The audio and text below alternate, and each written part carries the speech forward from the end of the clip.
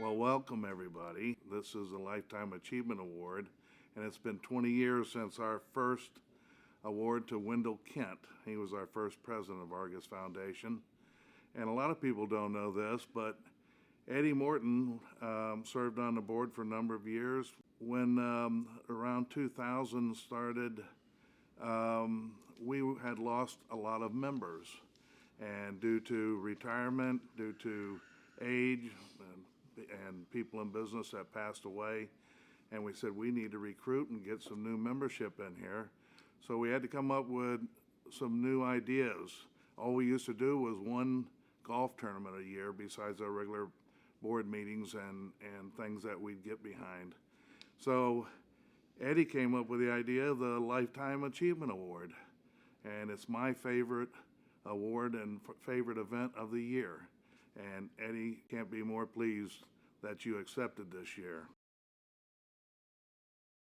And then we went on to Sarasota High School, and Eddie continued to thrive in sports. He played baseball as a catcher. He played basketball until he was injured his senior year in basketball, and that put an end to his baseball career for the rest of the year as well. Well, you mentioned baseball. Reminds me, Eddie played in Little League with me, and he was on a team called the Merchants, and I was on Palmer Bank team. And I remember one day we were playing them, and Eddie completed an unassisted triple play. We were sitting there watching, and he caught a rocket at third base. He caught the ball, so the guy was out. He went over and tagged the bag for the second out, and then he actually ran down one of our other players for the third out. Now, the reason it's not recorded in the annals of history is because there were already 2 outs. but Eddie was a very good baseball player, too. As I remember, Eddie was, when we graduated in 1964, he was a senior notable. I forget what he was noted for. Let's see, it wasn't most intellectual. It wasn't most likely to succeed. It wasn't best looking, that was Dan Bailey, because I was absent from school that day.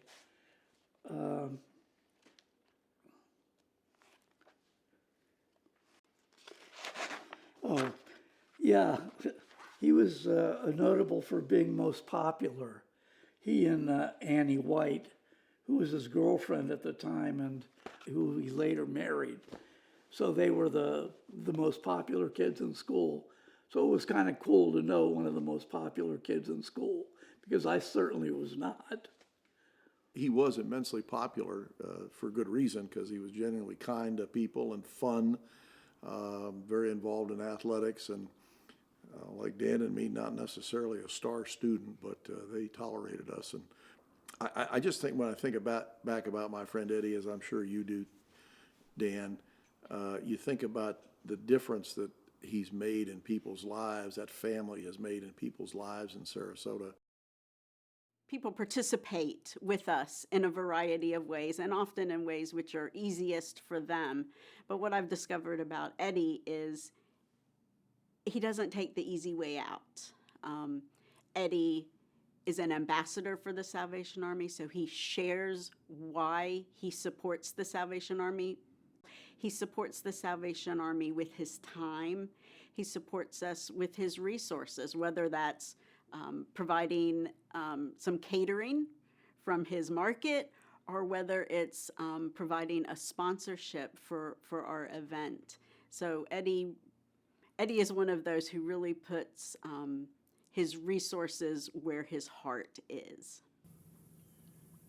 Luckily we caught a 144-inch, exactly 12-foot long blue marlin, and it ended up winning the total month prize. And it was just an awesome day. 2 hours and 20 minutes of fighting the fish, and the hardest part, besides catching the fish, was getting it on board, because we had to take it back to the marina. Back in '91, there was no catch and release. Mostly everybody kept their fish, and we had to bring the fish back to the marina to be officially weighed, and then the fish didn't go to waste, because the Cayman government would take the meat of your fish, and that's what they would use to feed the prisoners on the island. This is such a special place for us and for Dad. You know, he built it with his bare hands on the weekends, coming home from Florida. He may not have been studying quite as hard as he should have been, but Probably. probably not. And I love sitting around the fire, listening to stories. We've heard them a million times, but they don't get old. My favorite has to be the fishing tournament where his cousins and he got disqualified. They got disqualified. There were libations involved, and they took a nap instead of a nap is a good way to put it. Nap. A nap instead of fishing, and then with their measly bass that they caught, they loaded it full of sinker weights. And when they took it to weigh it in, it plunked down on the scale, and they were disqualified. Immediately DQ'd. Immediately Yeah. DQ'd. We have proof of that. Aunt Edna, which is a whole nother story, was very upset, as she was an avid fisherwoman. Yes, we have an Aunt Edna. There is a real Aunt Edna out there. Yeah, so that's one of my favorites, but there are many, and I could hear them again tomorrow and laugh just as hard. We hear it every Christmas. It's like our night before Christmas story. Yeah. I met Eddie a long time ago, and I used to call him at the market, and I'd say, try and get him on the phone, and he was always in a meeting. He's always in a meeting. I didn't realize he was on every committee in Sarasota. And then I asked him, I said, does it really take 8 meetings to decide to raise the price of bananas $1? So anyway, he agreed, and I then asked him, I said, Eddie, I said, I know you're like a great white shark in that you have no known enemies. You're nice to everybody. Everybody loves you. I said, but how come you never invited me to your Tuesday hamburger lunch meal that you had with all your friends? And he turned around and he snapped around. I'll never forget. He looks me right in the eye and he says, how come you never asked me to join the fire engine? Well, I just never thought about it. And so that's the way he came to be a member of the fire engine. And it only took him probably 3 weeks, because after the 3 weeks, we then immediately began having meetings and an agenda. And I will give him this, he did add cigars and cocktails to the meeting time. Yeah, So did that a was lot. a good thing. And Did a lot. Before you know it, we had a bunch of people in the fire engine. Basically, we give it away. It's a group of 18 guys in town, and we give the fire engine away to charity. And it's raised about $250,000. So anyone out there that's got a good charity that wants to auction it off to go to a child's birthday party or a pub crawl or a football game, Contact Eddie Morton. contact Eddie Morton. He'll be happy to help you. So Dad's the guy that when he walks in the room, everyone knows it. And people love him being part of their organizations. They love maintaining relationships with him, and he likes fostering relationships with all kinds of people, and he's such a positive guy. He again, he's just almost ad nauseum positive. He's the yin to my yang sometimes, but he is loved by so many, to the point where I'd say any of his ex-wives would probably have him back. Oh, for sure. Maybe There not might be one that we wouldn't say that about. But, okay. So for those of you who know Dad already know this, but some of you may not. Dad has 2 younger brothers who are twins, both celebrating their 72nd birthday this year. DK has been in our business for coming up on 40 years, and he works with us out at our Siesta location. KC, his brother, was born with cerebral palsy, and since my grandfather has passed, my dad Eddie has taken the mantle of caring for KC, and does a terrific job. And I think it's just one more example of my dad's quality of selflessness. Eddie very thoughtfully called me one Saturday and asked me to come over to his house and help him hand dig a swimming pool in his backyard. He got one of those above ground pools, but he decided he wanted to put it underground. So he and I and his cousin spent all day digging. It was in the summer too, we're talking. All day digging a big hole in his backyard. I just thought that was just a great statement I'm glad I of was busy that weekend. his affection for me. Yeah. Right. In 1969, of course, was a big year for Eddie because he came back to Sarasota, went to work for Marable's Market.